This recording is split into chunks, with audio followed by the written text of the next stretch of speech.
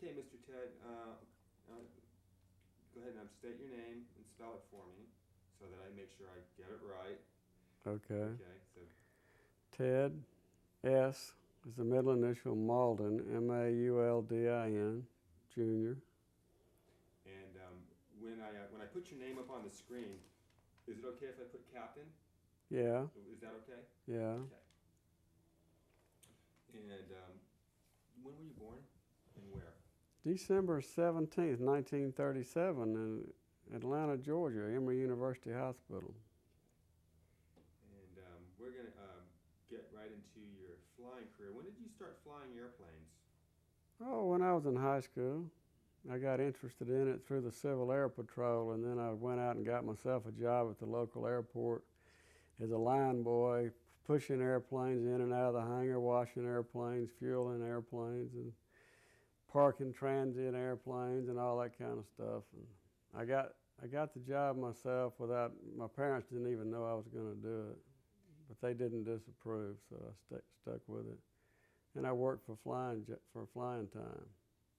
I was making $1 an hour, and I was paying $12 an hour for instruction, so it was kind of slow. Did you start flying before you were 16? Yeah.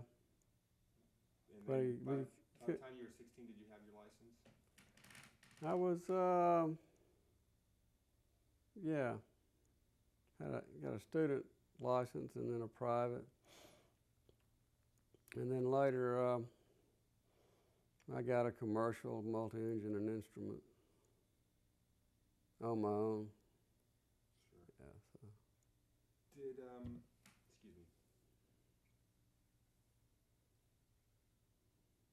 Tell me about your military service, and does it have a connection with your flying? No, not really. I went in through ROTC from Georgia State College. It's Georgia State University now, but I was in the Army ROTC there. They didn't have Air Force ROTC. So I got my last choice of branches, and only certain branches in the Army have pilots, have aviation. So I got military police. And then I said, well, why don't I change to a transportation corps or something like that? And they said, well, we really need military police officers. So you're going to have to be here a year and then put in for branch transfer. And then after you get a branch transfer, then you're in there a while, and then you put in for aviation. And then after you get out of that, then you got to stay in 4 years. So I said, forget it. I put in my 2 years and got out. And then I sprayed some mosquito spraying for Georgia Power and Alabama Power Company on their lakes, and got some more flying time. And actually, at that time, I went and got when I got my instrument rating and commercial and multi-engine. So it's pretty safe to say that as far as your flying career goes, it really had nothing to do with the military, and you did it all on your own as a civilian. That's right, yeah. I didn't fly in the military. I got it all on my own as a civilian, starting when I was in high school, and I bought half interest in 2 airplanes when I was in high school. Tell me a little bit about that. Well, there were 2 of us working at the airport, and we were kind of doing the same job, and we both wanted to fly, and we figured it was less expensive if we bought the airplane that we were renting. Just go ahead and buy the thing, and then our actual expenses would be a lot less than what we were paying to rent it. So that's what we did. We put $400 a piece in this thing. It's a 1947 Aeronica Champ. And we flew it and flew it and flew it and sold it for what we paid for it. So you broke even? We came out ahead. If we'd have been getting time and having to pay for it, it'd been a lot more. And then Jim Ryan and I bought a little experimental biplane together.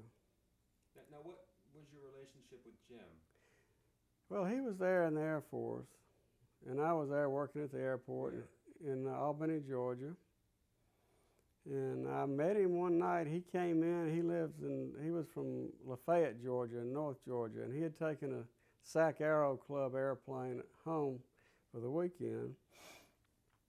And when he came back, he proceeded to sit down and tell me about all the hairy weather he had flown through coming back. I'd never seen the guy before, and it turned out he lived about a block and a half from me. He was renting a house. So we just got to know each other and started flying together in my airplane, and then the one that we'd bought together was just a little single-seat airplane, so we couldn't fly that together. But I loaned him mine to go home, and so he wouldn't have to rent one and that kind of stuff. The Veronica. And what type of airplane did you buy with Jim? It's a one-of-a-kind home-built biplane with a radial engine in it. And pretty fun? It would fit in this room. It was only 14 and a half feet long and had a 14-foot wingspan. Sounds like fun. Yeah, it was a cute little airplane, a little bit underpowered. But so let's get on to what we're really trying to get at here. How did you hear about Air America if it wasn't through the military? Well, when I was in the military, I was still in the military out at Fort Leavenworth. It's a disciplinary barracks at Fort Leavenworth, and I was corresponding with Jim, and he told me he had gotten a job over there with Air America. I didn't know what that was, but he just said, "Well, I'm going off Southeast Asia to fly with Air America." And I said, "I didn't know what it was." He said, "You ought to come out there." Well, I was in the military and I couldn't go, and I got out in September '63, and then my father wanted me to try his accounting business.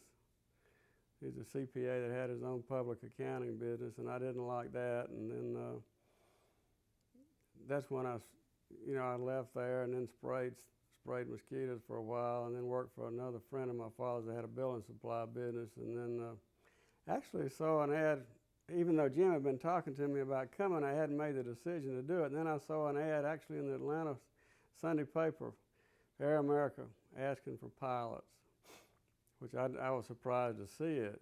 And then Jim came home on vacation and was at my house in Albany. And he said, "When are you going to come over there?" I said, "Well, I've already sent my application in." He said, "What?"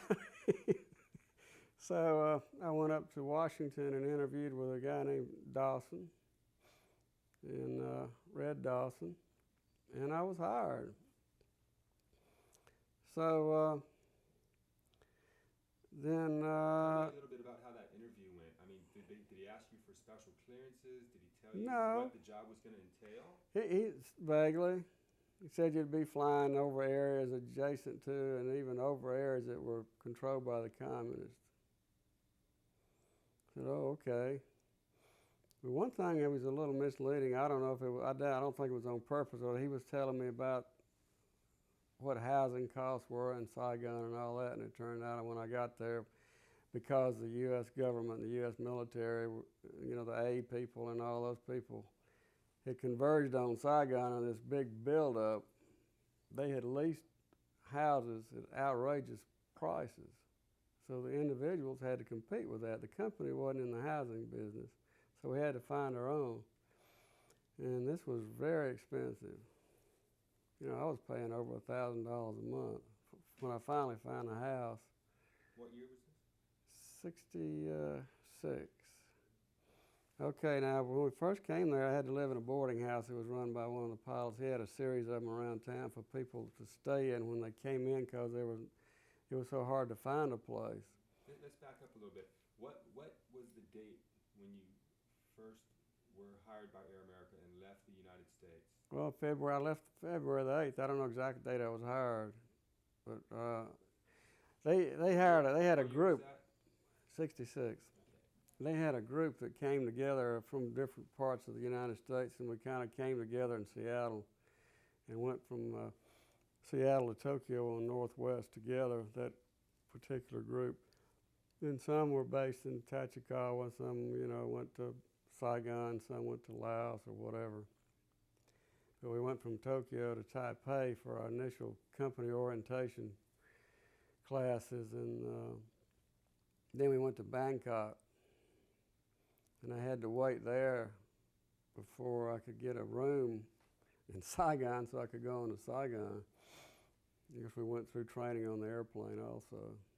And what was the equipment that you were initially hired to fly? C-45, Twin Beach. Actually, the pay was real low. I think the base pay for a co-pilot before I left the States was $725 a month. And before I got to Saigon, they'd raised it to $1,200. There wasn't a whole lot of money in it to start with, you know, plus your housing allowance and little per diem and stuff, which the housing allowance was totally inadequate. So anyway, I mean, you couldn't say you went over there to get rich to start with. But So, they probably had plenty of airplanes to fly. oh, lots of flying. Lots and lots of flying. It got to the point where I'd get home at midnight and I'd just go ahead and shave in because I had to get up at 5 to go to work. Your Volkswagen bus out front honking for you, huh? No, I'd get myself to the airport. Okay. What was your impression of Saigon when you first got there? Oh, it was hot and humid and dirty and smelly and noisy, and traffic was terrible. It was a mess. In fact, we had people come over and get off Pan Am and look around and say, "I'm not doing this," and get back on the next flight and go back home. And then people that stayed a few months, or maybe they'd just do one training flight and say, "I'm not doing this," and they'd go home. Pretty high turnover? For a while there, yeah. Now, you got people, of course, who've been there since World War II, but then you had people that said, "This is not for me." It was okay. If you want to go home, go home. And you have a 3-month probation period. If the company didn't like you, then you were okay. You could then bring your family over if you wanted to, or they would pay for it. And So, at the time you were married? yeah. And you No brought your wife children over? yet. Yeah. In 3 months. And initially you had some children. Yeah, one was born. Ted the third was born in Saigon, and then later Joe was born, and we came back to the States, and Joe was born in Dothan, Alabama, and then went back over there. How long did you fly the C-45, and what was the aircraft you flew after that? Oh, about 6 months, and then I went to Caribou, which was a real fun airplane. Did you like that? Can you tell me a little bit about the Caribou? Yeah, What you did with it? well, it's a good STOL airplane, short field airplane. We carried a lot of stuff in it, you know, and went into some places that were a little bit hot, you know, not as bad as Laos most of the time. And we carried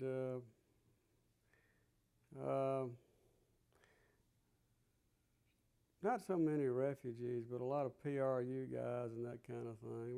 We put centerline seats in it, which would give you a seating capacity of 48, but the little Vietnamese guys, we could put 3 in a 2-man seat and get 70 in there. You know, even though, you know, we had a seatbelt waiver, we could carry as many as we could stuff in an airplane.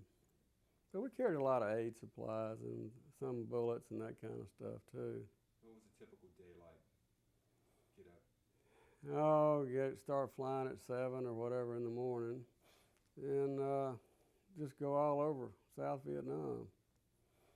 We might, you know, go to province capitals with a load of rice or whatever, and then we might come back and get a load of stuff for a special forces camp, or we might be carrying ammunition out to the different customer at another strip, that sort of thing. And, How long did you fly the Caribou?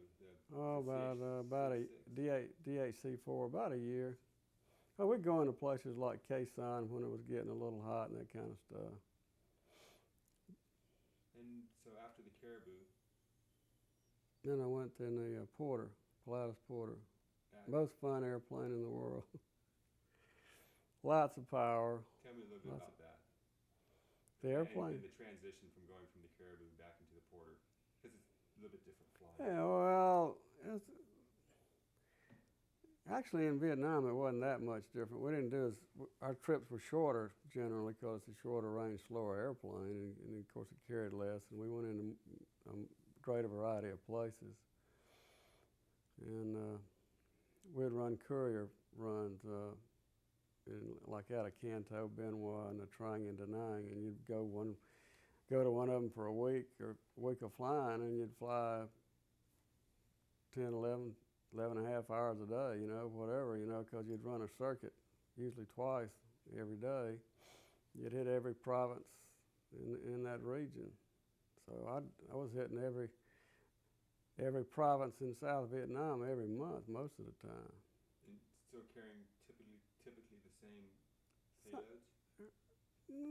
There's more people than you know, but some of it was, they'd throw a bunch of medical supplies in there, a bunch of whatever, they wanted freight or whoever,